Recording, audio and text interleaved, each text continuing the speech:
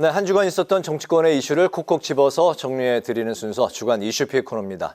여러분의 시사 지수를 높여드릴 김지수 아나운서 나와 있습니다. 어서 오십시오. 네, 안녕하십니까? 반갑습니다. 네, 바로 첫 번째 이슈픽 들어가 볼까요?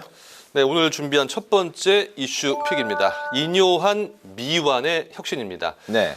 이제 이뇨한의 혁신위가 그 활동 기한을 다 채우지 못하고 42일 만에 이제 조기 종료를 하게 됐는데요. 네. 그동안의 인 위원장의 구설과 그리고 혁신안을 놓고 당내 갈등이 심화된 가운데 혁신위가 이 조기 종료하는 것 아니냐 이런 관측이 있었는데 현실화됐습니다. 네.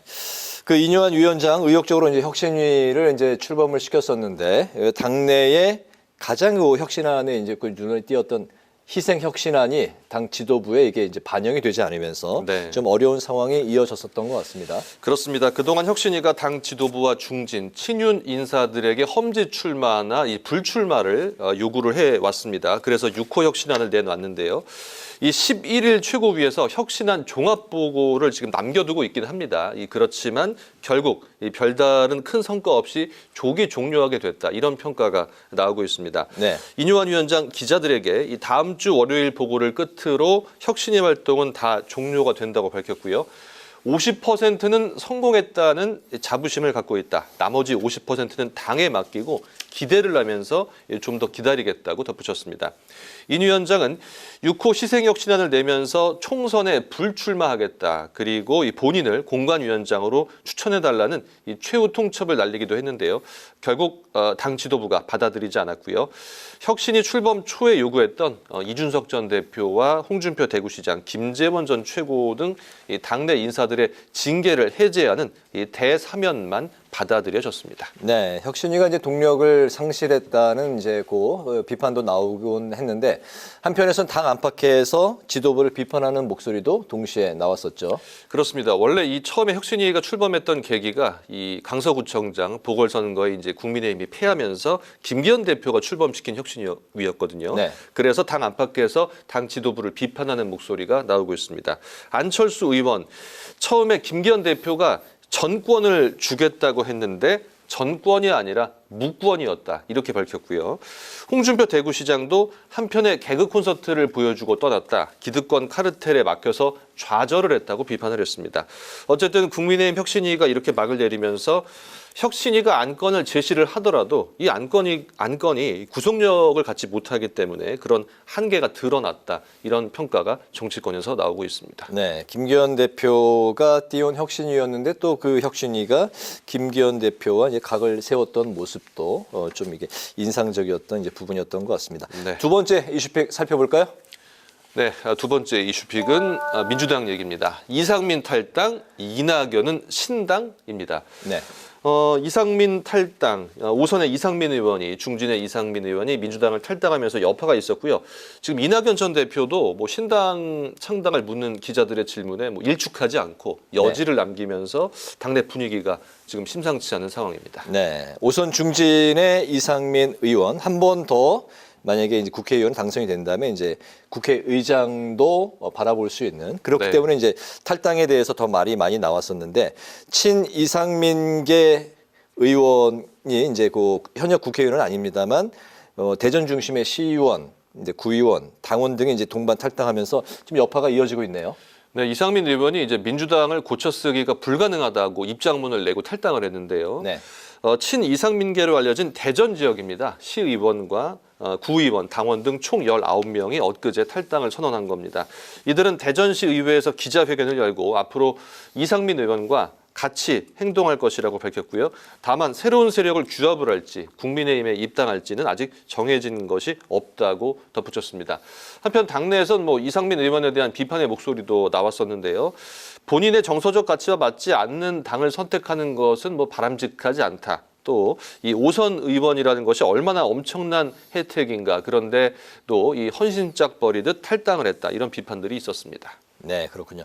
이낙연 전 민주당 대표에 대해서도 이목이 이제 쏠리고 있는 상황인데 신당 창당 가능성이 많이 이제 좀 점쳐지기도 하면서 또 전혀 그거는 좀 일반 호사가들의 이야기일 뿐, 뭐 실현 가능성은 뭐 전혀 없다. 뭐 이런 이야기도 또 나오고 있습니다. 그런 가운데 전 총리 3인방 김부겸, 정세균 뭐 이 분들이 이제 반명 연대를 구축할 거다 이런 관측도 나오고 있죠. 그렇습니다. 뭐 말씀하신 대로 호사가 얘기일 수도 있고 또 정치라는 것이 어떻게 될지는 모르기 때문에 지켜봐야 되긴 하겠습니다만 이낙연 전 대표를 포함해서 김부겸, 정세균 전 총리죠. 이른바 총리를 지냈던 3인방이 3총리 반 이재명 연대를 구축할 것이다. 뭐 이런 관측도 나오고 있고요. 이낙연 전 대표가 지금 어제 인터뷰에서도 마냥 시간을 끌고 연기를 피울 수는 없다고 말을 해서 다시 한번 신당 창당의 가능성을 언급을 한 겁니다.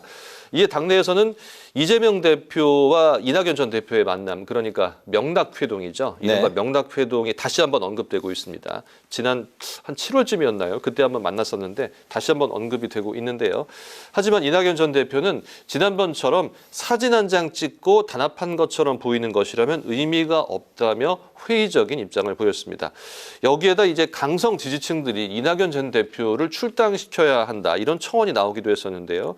이재명 대표가 이 청원은 이재명 대표의 지시로 삭제를 하기는 했습니다만 이낙연 전 대표가 당에서 몰아내면 받아야지 어떻게 하겠냐며 탈당까지 염두에 둔 발언을 하기도 했습니다. 네. 그래서 향후 뭐 이낙연 전 대표의 행보가 어떻게 될지 총선을 앞두고 민주당 내에서 큰 변수가 될 것으로 보입니다. 그렇군요. 창당보다는 당직을 내년 총선까지 그대로 유지할 거다라는 관측이 좀 더 많이 나오고 있는 것 같은데 어쨌든 이제 좀 추이를 지켜봐야 될 것 같고 마지막 세 번째 이슈픽도 가보죠. 네, 오늘 준비된 마지막 이슈픽입니다. 전세 사기 대책 선구제 후구상입니다. 네. 예, 선구제 후구상에 지금 이 전세 사기 대책에 지금 들어가야 되냐 마냐를 놓고 지금 여야가 대립을 하고 있는데요. 네. 지금 전세 사기 대책, 전세 사기 특별법이 지난 5월에 이제 만들어졌죠. 급하게 만들어지면서 6개월마다 이제 보완을 하기로 했는데 이렇게 그 구제 방안을 놓고 여야가 대립을 하고 있는 상황입니다. 네, 전세 사기 피해자가 나오지 않는 세상이 됐으면 일단 뭐 먼저 좀 좋겠고요. 네.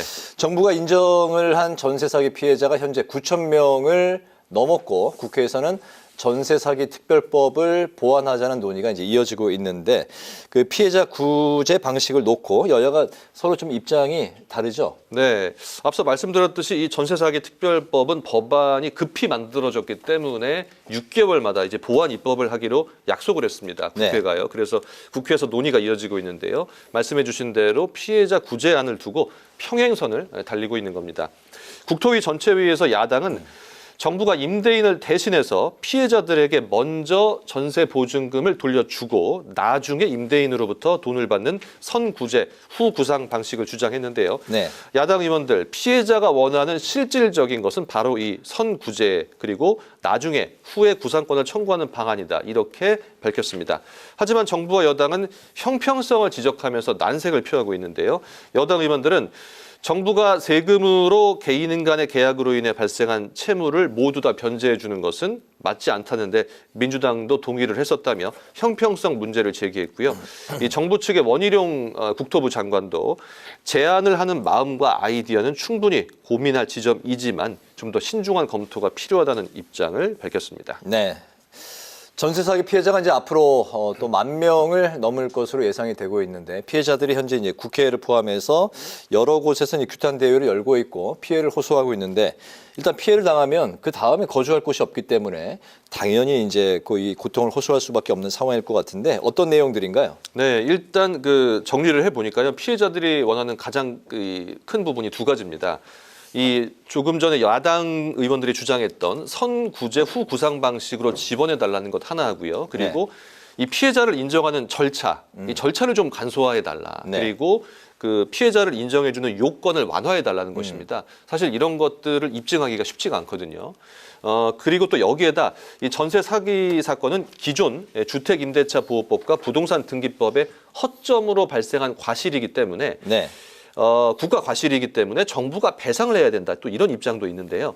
임차인이 계약 건물의 선순위 보증금을 확인할 방법이 없다. 그리고 이 근저당과 전입신고의 시차가 있거든요. 네. 만약에 오늘 12월 8일자로 전입신고를 했는데 만약에 집주인이 오늘자로 이 근저당권 설정, 대출을 받았을 경우에 순위가 밀리게 됩니다. 이 전입신고가요. 순위가 밀린다면은 대출을 해줬던 그 해당 은행이 먼저 그 상환을 받는다는 건가요? 그렇죠. 왜냐하면 전입신고는 다음 날부터 효력이 발생하고 네. 이 근저당권 설정은 당일 날부터 바로 발생하기 때문인데요. 네. 이런 시차가 발생한다는 사실이 사기 행각을 가능하게 했다고 비판을 하고 있습니다.